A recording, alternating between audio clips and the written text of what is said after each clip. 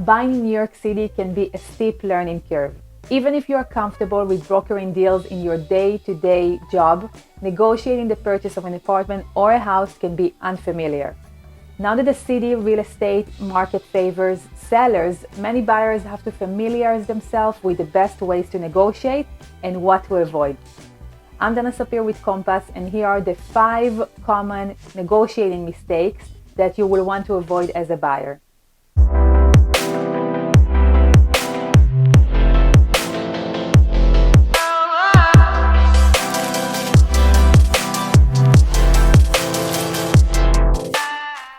Number 1, don't make a lowball offer that can't be defended. If you've done your homework, you will know there are a lot of neighborhoods where the market now favors sellers, and that means lower discounts, if any.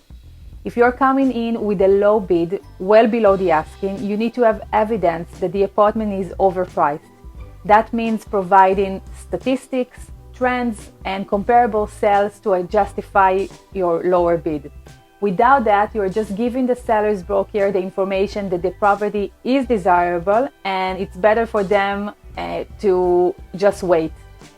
Have a conversation with your broker so you will be able to make an informed decision and offer accompanied by well-reasoned analysis that makes sense to the seller.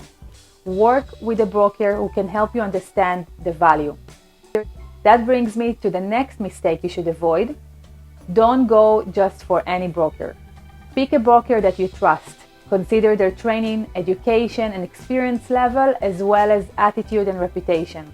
Interview several brokers because once you choose who you want to work with, you will need to trust the process, to trust what they're saying and how they're advising you along the way and in the negotiation process. Some sellers brokers prefer to work with specific buyer's agent, knowing their level of professionalism and expecting the same level of expertise with the board packages and the steps along the way. A good broker will also be able to write a proper offer letter, carefully crafting it and explaining the offer as well as the reasoning behind the price. The next negotiation mistake you want to avoid is negotiating a single, isolated terms. One of the biggest mistakes to have is to have a price in mind that you won't budge on.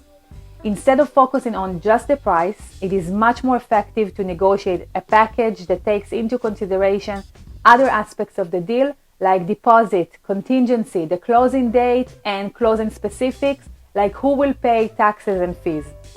For example, if you know you don't want to pass a certain price, perhaps you can offer a non-refundable deposit in a higher percentage that is not refundable to show you're serious. Find out what else the seller wants and see if you can make it work. Remember, negotiating in packages and ranges open up a collaborative mindset.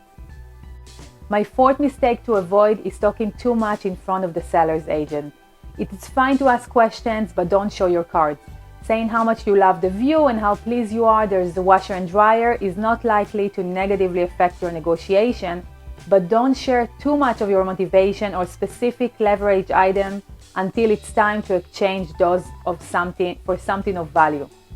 The last important mistake you should not make is don't forget your plan B. Your plan B should not be to give up or hunt for another apartment yet, but to have a new strategy for negotiation. How you can make your current offer more attractive for the seller. This is why it's important to negotiate a package rather than just a price. Spend some time planning what will be your next move if the seller is not happy with the current offer. Ideally, your broker will have spoken to the seller's broker to work out what it will take to close the sale. Want more real estate tips and tricks? Don't forget to follow my YouTube channel, and if you have any questions, I'm here for you.